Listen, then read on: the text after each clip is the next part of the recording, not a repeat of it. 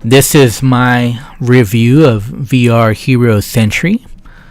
VR Hero Sentry is a VR game for the HTC Vive on the Steam store. It normally retails for $9.99 US. I actually got this game in a VR bundle, so it came out to about 50 cents for me.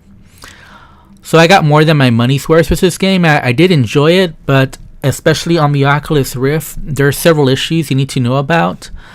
The biggest issue I had is this game, for whatever reason, takes me out of VR. But before I talk about that some more, let's look at the settings. As you can see, there are several settings to play with, including the texture quality, texture filtering, super sampling, also the volumes. I actually turned the music volume all the way down just because of concerns about possible copyright claims. There's also some gameplay settings. Basically, the only thing I changed was to change it to move in controller direction, and I made sure that it said touchpad to move. That way, when you move the joystick on your Oculus Rift, it goes in that direction. So this game does have full locomotion. You can move within the entire map until it's closed off with the boss fights. There's 4 different classes to pick from.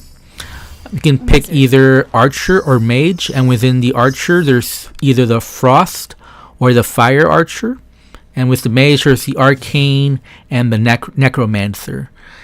And after playing around with the Mage and the Archer, I thought the Hunter was definitely more fun. The Archer Hunter was more fun than the Mage. Throwing the spells with the Mage just felt too clunky, and it took away the fun for me. I thought the Hunter class, the Archer, was a lot more fun to play. Even though the bow mechanic was not the best. Now, the one issue you should be aware about is notching the arrow. It's very clunky in this game, and basically what I figured out is if you reach behind your back and you kind of have to pull trigger and just kind of it helps almost to wiggle your hand, but as long as you reach behind your back and hold it there, you'll eventually notch the arrow, and so you'll be able to use the arrow because you don't want to be using your magic spells. Now, using the magic spells with the Hunter, the Archer, is a lot easier.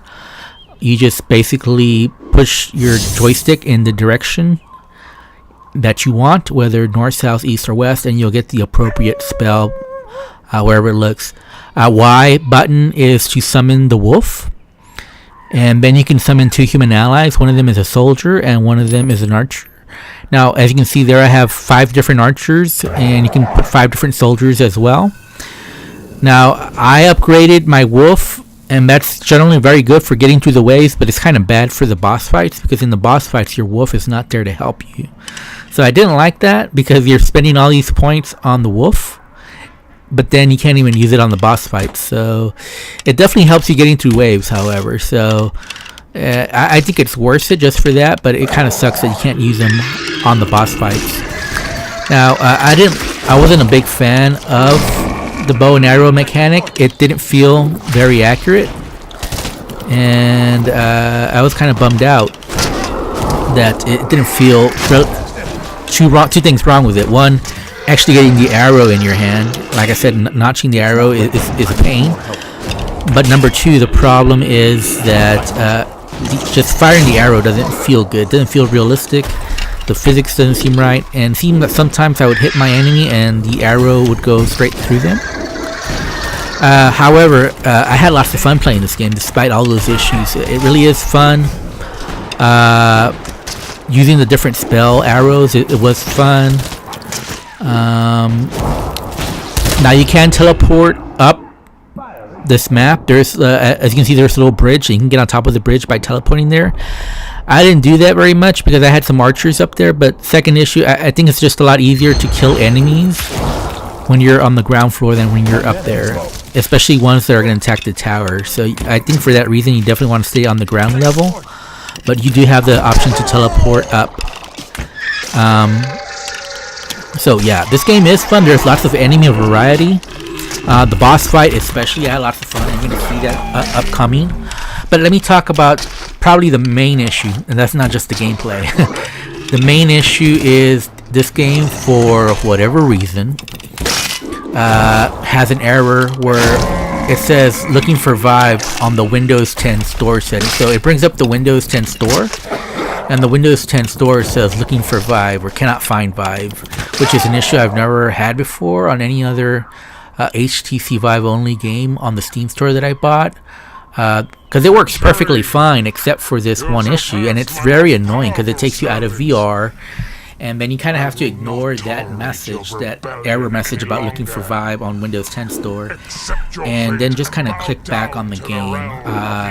It didn't always work, but once you do get it working though, you don't have to worry about it during your gameplay. So it's one of those things that once you get past the error, it won't be that bad. Come forth, my shadows. Now, I did like this boss fight. This is my favorite boss fight that I played against. That's why I'm showing the gameplay for this. I did skip several waves I did earlier. This was actually an hour-long video, so I had to cut off most of the gameplay and just basically show the highlight. So I like this boss fight, the way it's made. You have to avoid all these things. There's that firewall that's coming towards you, that wall of death, I guess, and then there's raining circles of death as well, and then he spawns enemies and fake copies of himself. I really like this boss fight. It's probably the reason why I'm recommending this game, is because the boss fights were interesting. Just when you thought the boss fights were getting kind of similar, they add just a little bit more to make it even more challenging. So it's definitely the highlight of this game, and I was surprised it had this much content at $9.99. I was expecting like this to be the final boss fight in the game. This just be like an hour into the game already. Like I said, this was like an hour-long video. It's probably like at the 50-minute mark here, and it was actually just the end of Act 1. There's Act 2 that was upcoming. So I definitely like that about this game. I was surprised. I just wish the mage class were more fun to play, and I just wish the bow and arrow mechanic felt better, more realistic. I think this could be a very fun game. Definitely feels different than most wave shooters, just because of the way the waves come in, and that every other wave has a boss fight, and all the different enemies, and all the upgrades you can do, not just to your bow and arrow and to the spells you can get, but the upgrades to your equipment, you know, to get more mana, to get more health, stuff like that. Even the fact that the boss enemy here is talking while he's attacking you is kind of cool. See this through. So as you can see, I'm using many different spells during this. The multi-arrow is very big, but also the frost spell. But again, I don't have my wolf. That kind of sucked. Especially after spending so many points on him. So here I am looking for the way to not get hurt by that wall. As you can see, this enemy has lots of health, and he took quite a while to get down. Just when I thought that I was going to bring him down, look what happens. I thought that was pretty cool. Rise, my minions of the underworld. And so now, he summons even more enemies now. The other one was just summoning one. That was pretty easy to get rid of, but now... mana is low. And this was a very close fight. I almost died at the end of this fight. I almost lost the fight just because I think I only had one enemy left that could have crossed the wall before I would have lost the game. The other thing I don't like about this game is, let's say you're playing a game and you save your progress. If you start any kind of new game, like let's say I was playing archery, next I want to try the mage, it'll lose all my progress that I had. So I wish that wasn't the system. I wish they had a way to save multiple copies of your progress. But there's only one save file, so my advice is to play the same class until you're tired of it, then start the other one, because otherwise you're going to lose your progress. Rise, my minions of the underworld. This was definitely getting very hectic here. It's just surprising from a $9.99 game to me that it has this much, especially since I got it in a bundle. And as you see, I lost one. Oh no, I didn't. I thought I lost one enemy there going into the gate. but you definitely want to prevent those enemies from getting into the gate. This is its mortal. Give up. Because that's how you'll lose the game. As you can see, I died once already. I kind of wish that when you died, it was also the end of the game versus the like the 10 seconds you have to wait to get into the game. I think that would have made it feel a little bit better than the current system. But hey, I got past this wave with that system, so I guess I shouldn't complain that much. And as you can see, several times there I fumble with my arrows. Just, I don't know why, but this game, there I am, dead again, respawn in 10 seconds. Yeah, I don't know why, but just getting the arrow, put it on your bow just doesn't feel good. So the core mechanic in this game is what is probably the worst part of this game. But on the other hand, it has so many good things about it that, you know, I just have to recommend it. I'm going to give this game a 6 out of 10. Because I did have fun. I am keeping the $9.99 price in mind with coming up with that rating. Obviously for 50 cents, I got more than my money's worth. I got a really good bargain, I think. This is definitely more than a 50 cents game.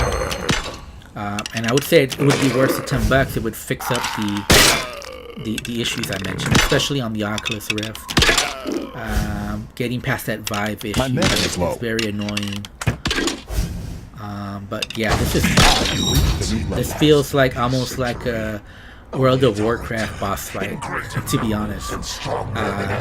Being a World of Warcraft veteran, it felt very similar to me. Having to watch out for several different things that might kill you while damaging the boss. So again, I give this a 6 out of 10. I do recommend it. Again, there's also the mage class that I didn't show, but I didn't like it as much as the hunter class. And there's both frost and fire for the archer or the hunter, and there's also for the mage there's arcane or necromancer. So I did have fun. I do recommend it. I'm Fast Lawyer. Thank you.